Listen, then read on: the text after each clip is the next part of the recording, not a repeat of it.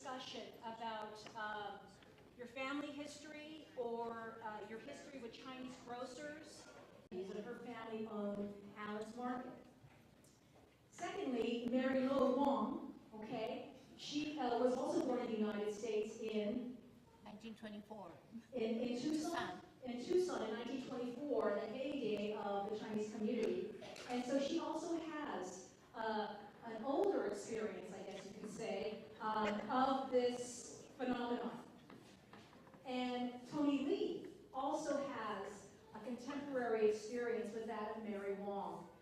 But a little bit different because Tony was born in China, but his parents made a pretty good living as grocers in the barrios in Tucson. So each of them, I think, represent a pretty good sample of the experiences of Chinese families and their children. And you can see again the family right next to the store. And Patsy was telling me yesterday that she's going to take on the title of a self-described troublemaker. And you can sort of see that here, you know. I mean, just where do you go? And I believe this is not your dad. Oh, my dad's younger brother. Their dad's younger brother. And this is Patsy's dad and her mother. And again, family labor and family labor again, even if it was the brother of the owner, was unpaid. Maybe a meal, maybe a beer or a 7-Up. I have my older brother, David. He's a pharmacist, so is an accountant, works for Silver Jewelers. My younger brother, Alan Jr., lives in Sacramento and works for a phone company.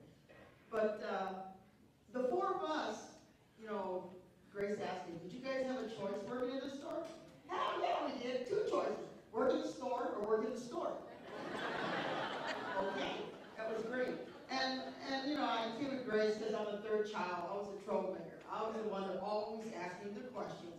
But I was always the lucky one that got to go with my dad to AG or Alfred and Lewis and get the supplies. Or I'll go to Jeremy Home Market and get all the empty boxes, you know, because we used to deliver groceries in empty boxes. So I'm the tomboy. I'm my dad's son and daughter all combined. You know, David and Selma were the A students, the good child. They obey their parents, not me. So I got to go with Dad everywhere. I got to go hunting with Dad. So, you know, I was the lucky child plus the troublemaker. But growing up at the grocery store, you know, we kid about not working, but we all had to work in the grocery store because that was our parents' living, and they wanted to send us to college and have a better life. So we understood that. And probably my favorite thing is, you know, everybody says, yeah, we sell alcohol when we're 8 years old. The neighbors coming in, hey, all that, you know, quart of beer, 75 cents, and we were selling beer at 8 years old, standing on a counter. You know, we sold cigarettes.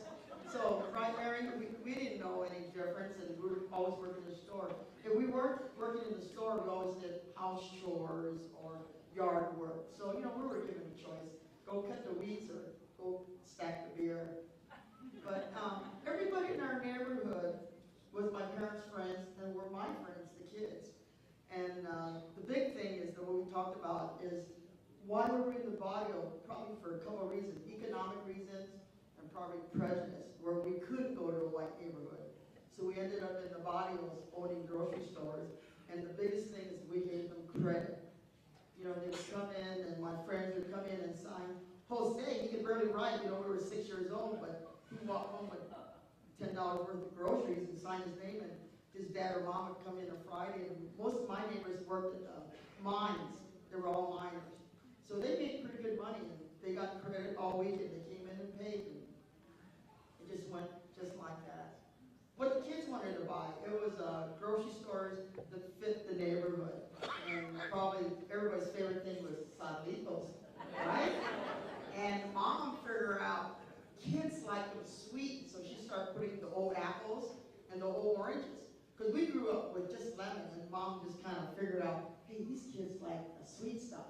So all the old fruits, she started putting apples and oranges with the Salitos, so we kind of made sweet Salitos, and kids loved that. But you know, we tend to sell a lot of Hispanic stuff, you know, the chilies and the stuff that make tamales and tacos. So, you know, because of the neighborhood is regular groceries plus a lot of Mexican food items, you know, the domain where they made their own refried beans. But, yeah.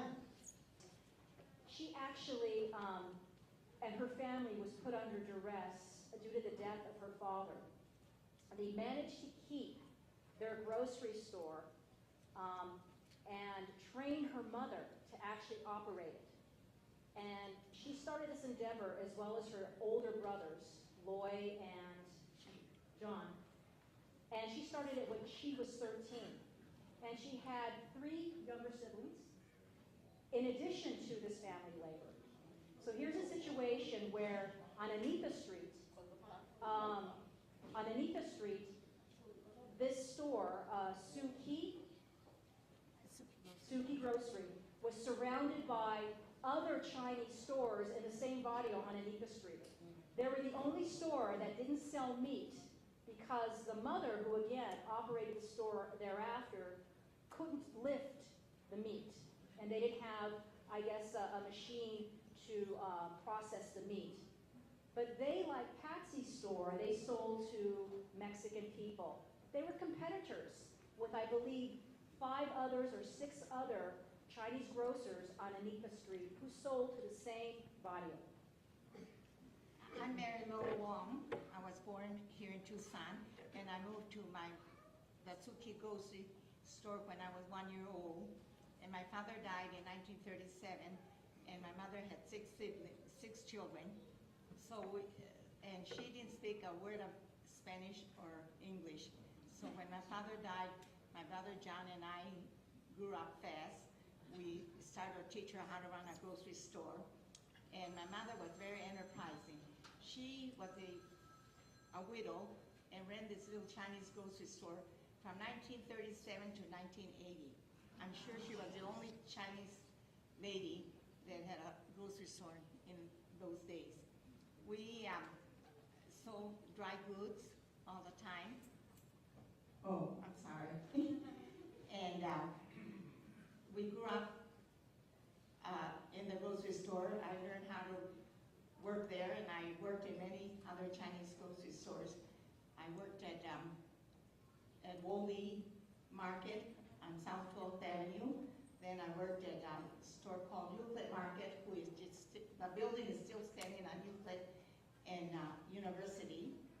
And I worked at the U of A Market, and I worked at my brother's store, which was the OK Market, while he was in the service. So I've had lots of experience working in a grocery store. And whereas Patsy's parents really wanted Patsy to go to college, and she did, to get her away from the grocery store, Mary's situation was much more closely linked to the grocery store through her immediate family and her brother's family. Okay, and that's her legacy. And she speaks much better Spanish than I do. Tell everybody I'm half Mexican. She's a Chicana at heart, yes. Okay. And Tony, unlike Mary and Patsy, was born in China.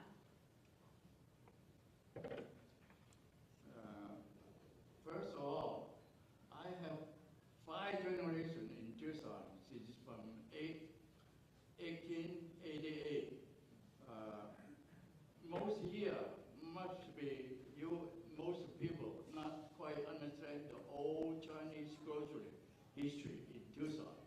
And by then, you understand the Tucson, the city is so small that on my street, that is the south of 14th Street, the north of 14th Street, and then it's the city border for the community center.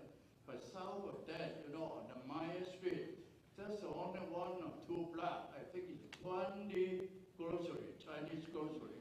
So door by door, the grocery store, maybe just about 20 by 50 feet or something. So, but the customer, most is from the south of the city. So by then, my grandfather, he think he's smart. So he bought some land and built a store on South 9th Street and West 26th. And he built the store he called Bigger One.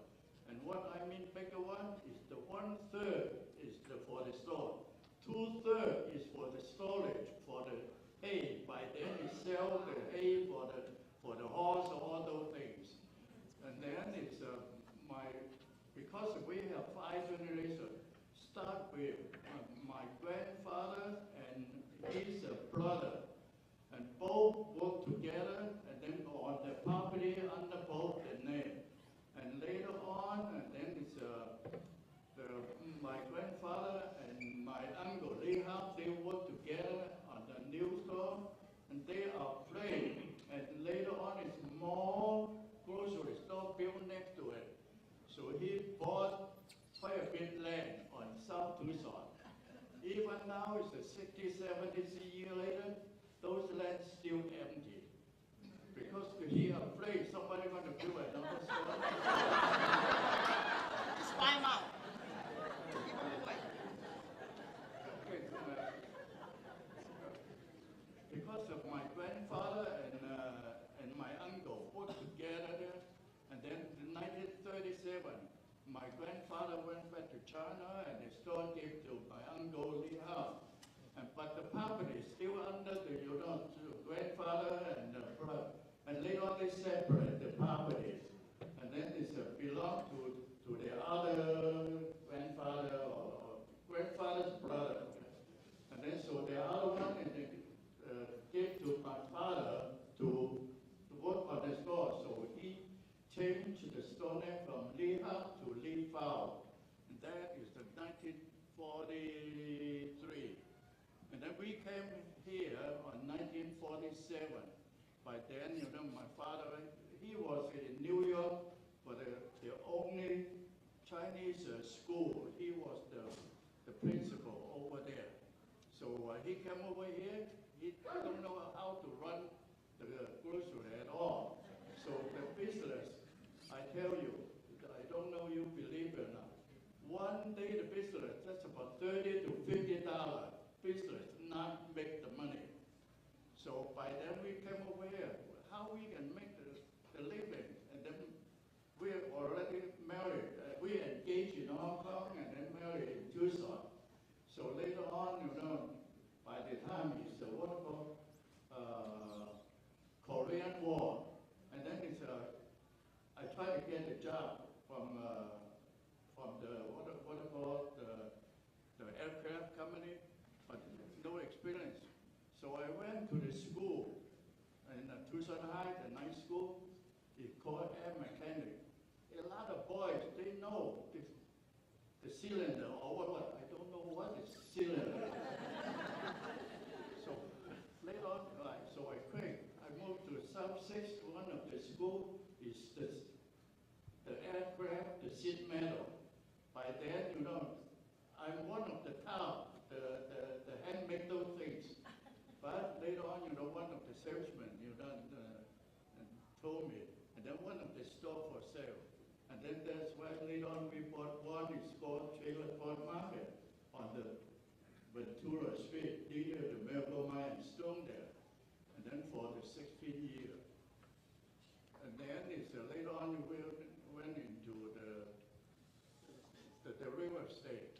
Yeah, so the last 2 years I've been retired.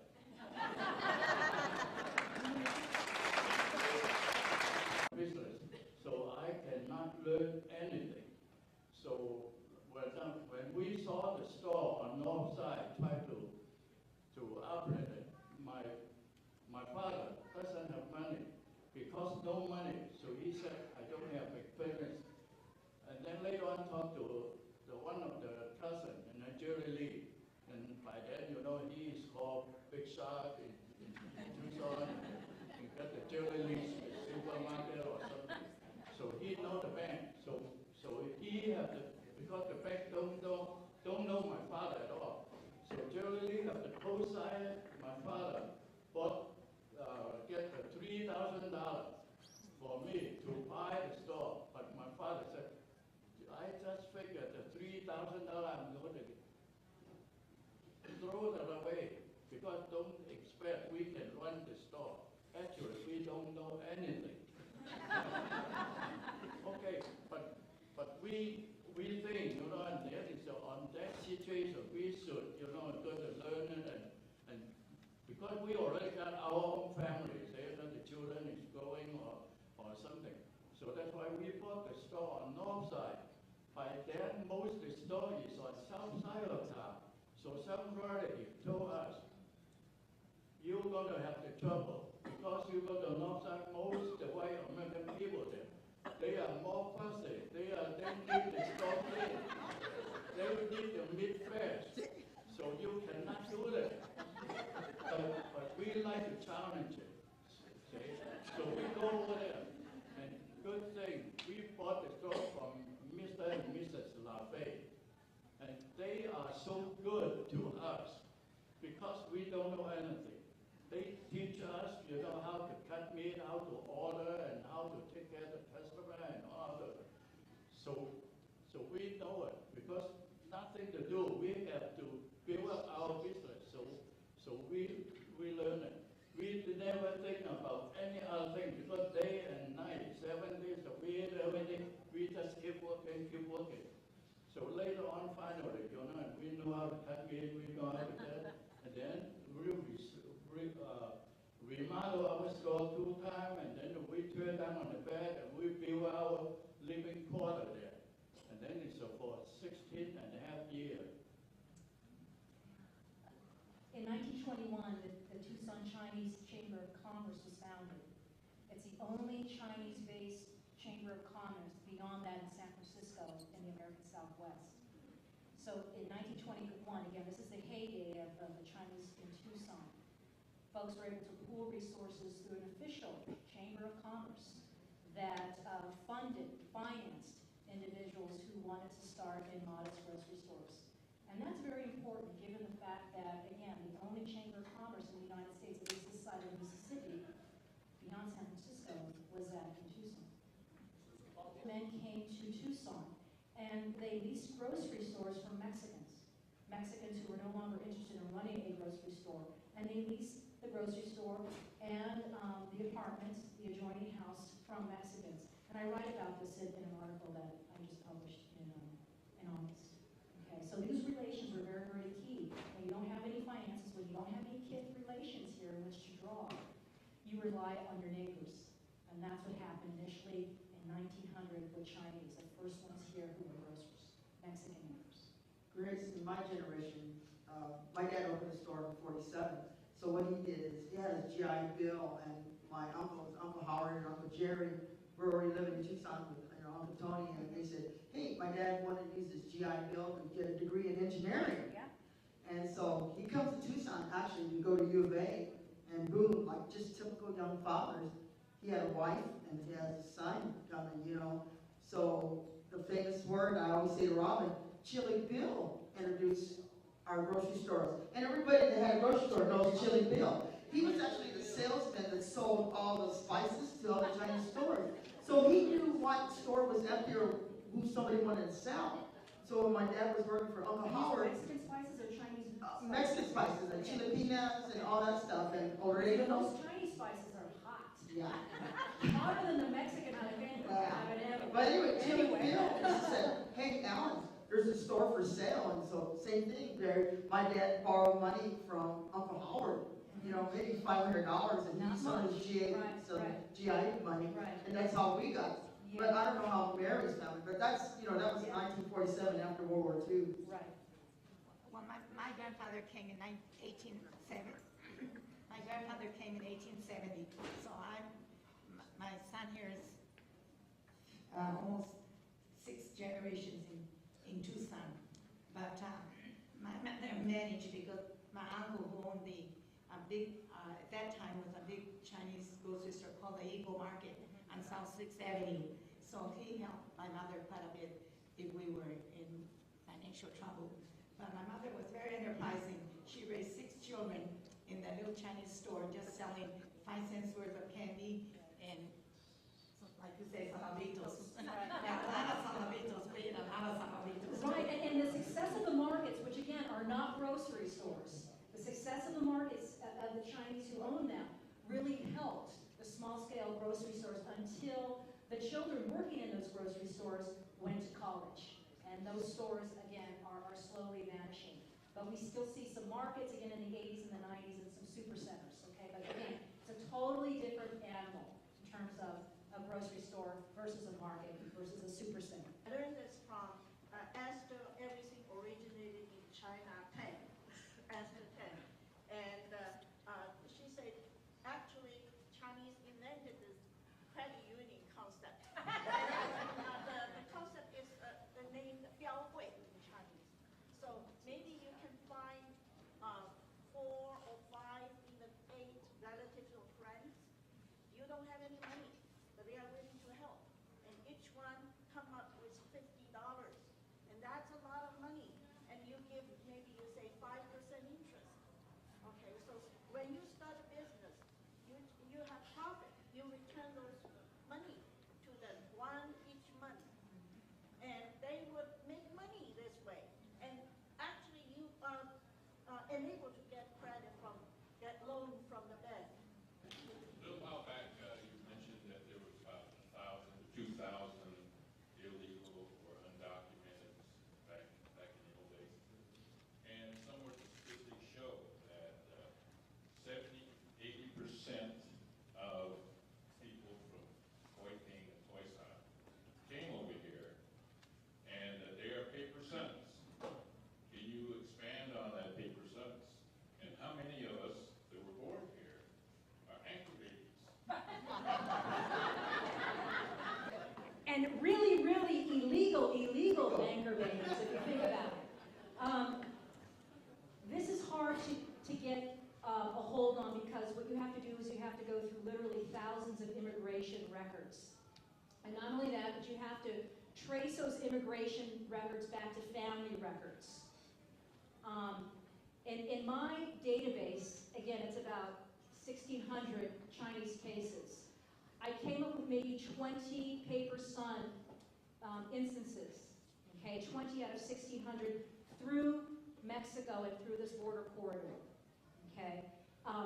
But that paper son phenomenon does not happen with regularity until after 1910. What you see before that, the Chinese community here are those people who actually did cross the border, sometimes legally, sometimes not, who were the people that they legitimately claimed to be. Now, this also brings up another sort of set of circumstances, and Dr. Chow can talk about this, I can talk about this ad nauseum, was the immigration bureaucracy that was set up to scrutinize individuals coming in and claiming to be one identity.